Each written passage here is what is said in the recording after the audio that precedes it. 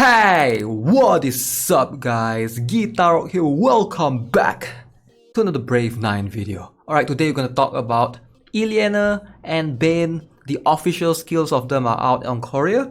So we're gonna take a look at them individually and then I will give you guys my thoughts, basically impressions, and also analyze it properly so we can know what they are each capable of. Alright, so let's jump into Ileana first. I'm extremely hyped, extremely excited. So what is Ileana all about? Okay, so surprisingly, her stats still remains the same. Alright, she has the same stats, 997 attack, alright, which is pretty low actually for most warriors, alright. I would say below 1000 is slightly on the lower side. 1.2k is like the average. Alright, she has pretty decent health, HP. Alright, 3.3k HP, 10% crit rate, alright, 0% defense, 50% crit damage, and 15% agility. Okay, so let's have a look at Ileana's skill. So at +0, notice she has this thing that gives her multi-hit right now. So attacks 3 times, reduce attack damage by 65%. Quite significant. So the second skill, this is pretty cool. Alright, so you can see it says Devil Contract.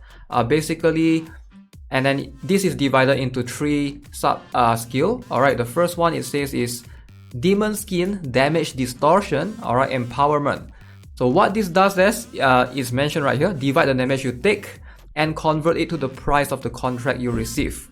Okay, so the cost of the contract is not distorted again, so which is where this comes in.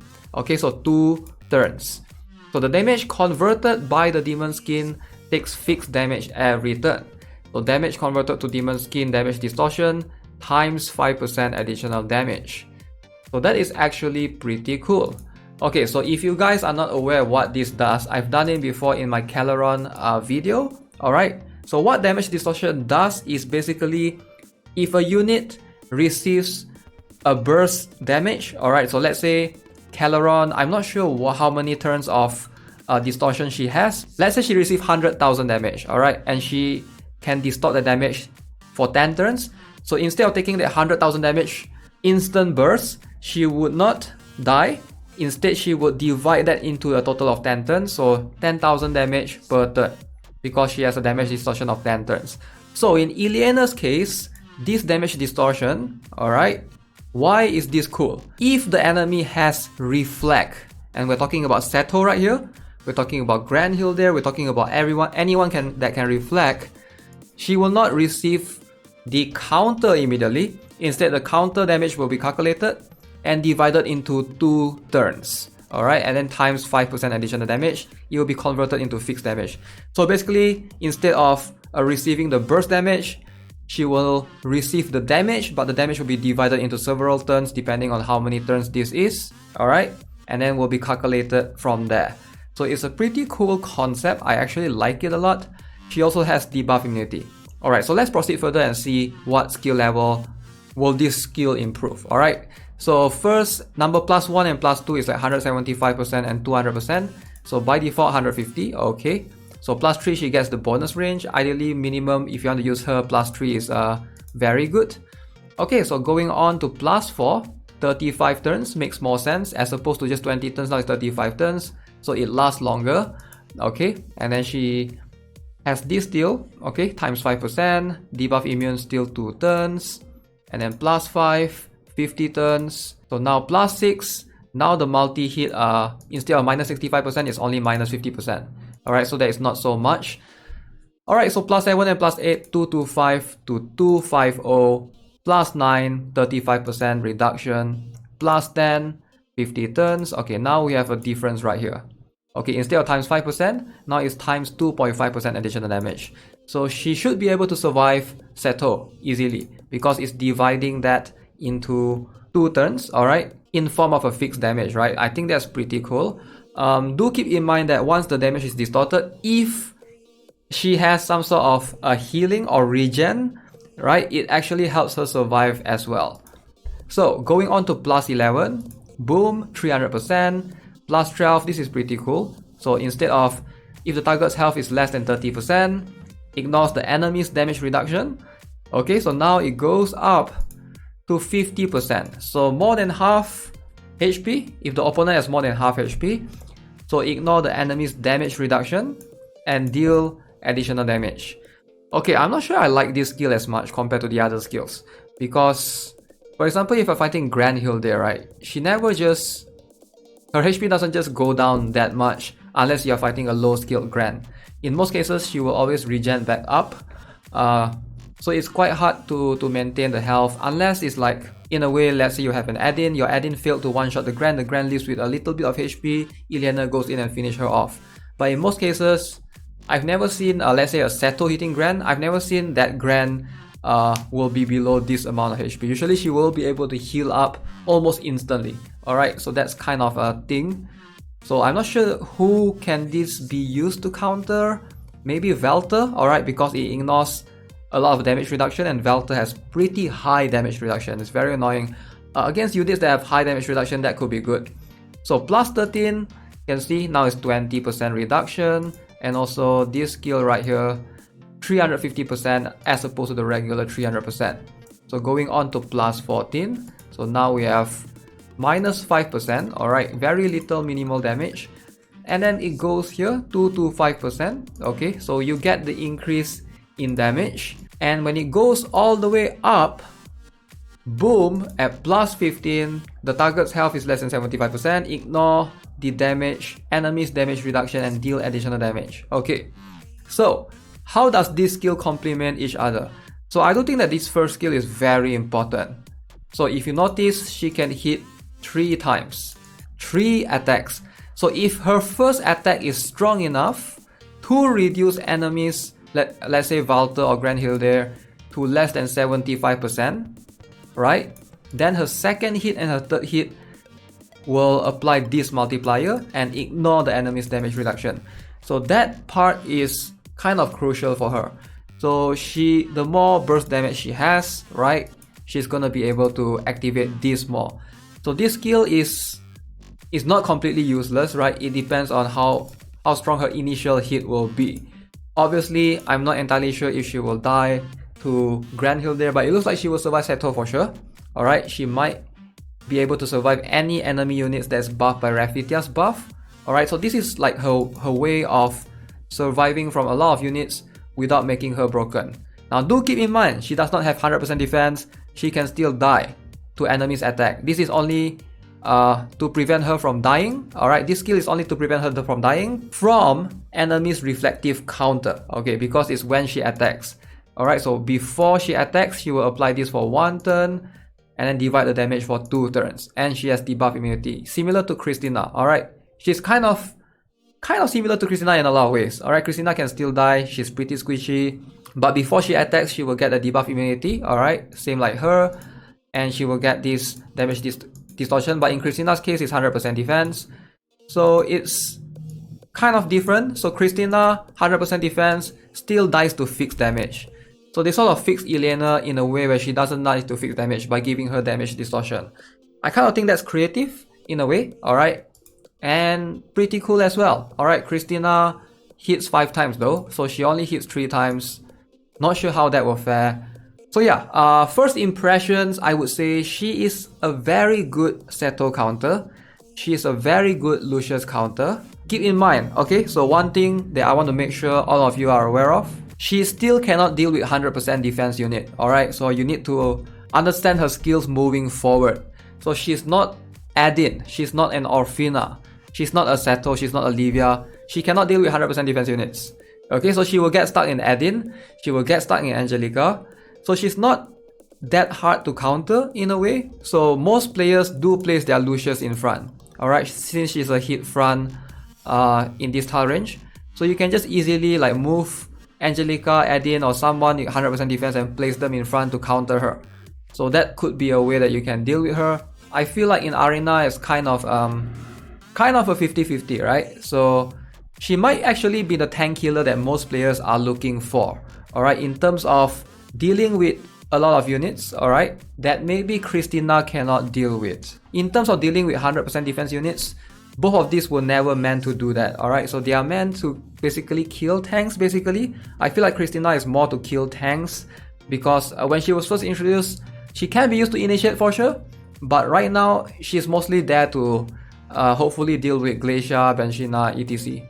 Right? But for her, Ileana, I think she can deal with extra units, Lucius and Seto. She might actually be a better unit at dealing with tanks compared to Ventana. So I just want to bring that up because Ventana will only deal with tanks that have taunt, right? So she looks like she might be able to deal with tanks that do not have taunt, like Valter, Lucius, etc. So yeah, her role is going to be totally different. Now, am I going to build her? Yes, I do think that building her is gonna make much more sense than building an Orphina, at least in my opinion, based on my team composition. So overall, dealing with tanks, that can help you significantly. Now, she might struggle with Glacier. I'm not sure what's the interaction right there between her and Glacier. So that one we'll have to see for sure. And also, I'm not entirely sure if she is buff dependent. Alright, based on what I'm seeing right now. So yeah, she doesn't have like permanent immunity, but what she does is she does have these 2 turns of debuff immunity before she attacks. That's kind of cool. That's going to protect her from a lot of things, from getting cursed, from getting DOT'd, from getting anything. So this skill is going to make her much more relevant than before, definitely. So definitely hype for her. So let's have a look at Baine. Alright, Baine, my man, what is this dude all about? Very low attack power, 110, 11,000 HP, 15% defense, 10% agi. So what is this guy all about? They modify his skills as well. Okay, so first things first, you can tell it's quite similar. Okay, so when attack, damage distortion. So basically Baine will have this ability when he attacks, alright? So he does have these 6 turns of damage distortion. So and then you can see 2 turns where this damage distortion will be converted to take fixed damage every turn times 30% additional damage. Debuff immunity as well when he attacks, but his is 6 turns. So pretty cool right there, very different concept. So his skill is different right here. So this looks like a very unique stigma kind of skill. Engrave the damage contract marker on the enemy. Baine inflicts fixed damage to enemies that are marked for normal attacks. So basically, based on his maximum health, times 70% additional damage. I think that's pretty cool. Number one, he's a tank that deals fixed damage. Alright, not many tanks deal fixed damage. In fact, I can't think of any right now. Is there any tanks that deal fixed damage? I don't know. But so this damage output is going to depend on his HP. So do keep that in mind. Definitely you want to go for Vital. Okay, and then if you look at this skill right here, alright, he does have this skill that activates before battle, which gives healing 24% instant life recovery every time when he's attacked. Taunt for 18 turns. Now, I do think this is pretty unique. Having taunt for 18 turns can be a good thing, can be a bad thing.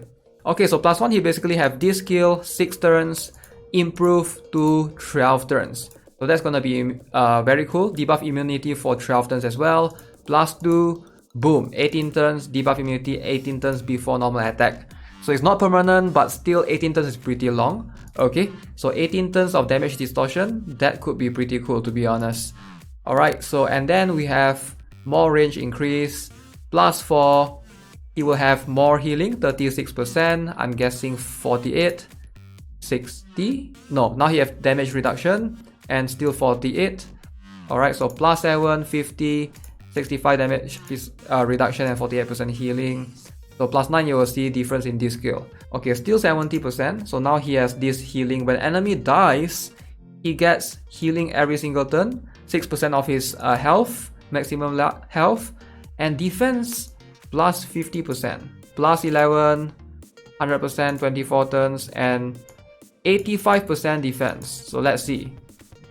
So he does have 15% defense, base defense. So definitely he can get 100% defense, no problem. So it looks like he can get 100% defense if the enemy dies from his marker, which means he attacked them, they get marked by his stigma, and they attack him. So do keep that in mind, he can get 100% defense. That is pretty cool. Alright, so at +12, boom. So now it's like 65 turns, which is crazy. Okay, so still 18 turns on the rest of those. So now the damage distortion reduced. So becomes 22.5 as opposed to 30%. And then +14, I'm guessing still 18 turns, and reduced to 15%. So that's going to help his survivability insanely. Alright, +15. So he's going to deal fixed damage to enemies, okay, for his maximum HP times 150%. That is a lot. Holy moly, that is a lot, man. So he will be able to get decent amount of HP. He will be able to get decent amount of health. So he will be able to convert those basically HP, and the enemy will just die because it's fixed damage. Okay, so one thing to note regarding Baine's stigma. So this thing is still a stigma. So not everybody can get affected by this. Okay, so Angelica will not get affected because debuff immunity. Seto will not get affected. Lucius will get affected. Livia will not get affected. So it doesn't go through debuff immunity, unfortunately. But still, it's a pretty cool skill if you think about it. Like, this is pretty insane. I actually love this kind of skill. Definitely extremely good on someone like him. So yeah, overall, I do think that both Ileana and Baine seems extremely tempting. I don't know who is going to be the more famous one. I think Ileana might be something that a lot of players have been looking for. If you are looking for a tank healer, if you are looking for someone that can help you with Seto and Lucius, specifically multi-hit, like that's going to help you significantly. Obviously, 3 times is not going to be a big deal to Lucius, plus 15, right? But still, it's better than nothing. I do think that Ileana will probably switch the meta a little bit of how we play. Lucius is still going to be everywhere, but it's just that the positioning wise is going to be much more creative from players. I do like it. It's going to force players to modify their positionings a lot. Regarding Baine though, kind of curious if he can actually survive certain things. I do think that Baine might be able to survive lots of strong warriors. Alright, Angelica, Adin perhaps, depending on how his damage distortion. I mean, he can survive Angelica easily if he gets 100% defense, right? But it's more of the likes of, for example, Livia and maybe Adin. That one we will have to see for sure. And he looks like he can survive Seto for sure. Alright, so that's gonna be it for this video, guys. Hope you enjoyed it. Let me know what you guys think of Baine and Ileana. Definitely very hype up about the skills. As always, if you haven't already subscribed to this channel, give this video a like. I'll see you guys in the next one. Have a nice day. Goodbye.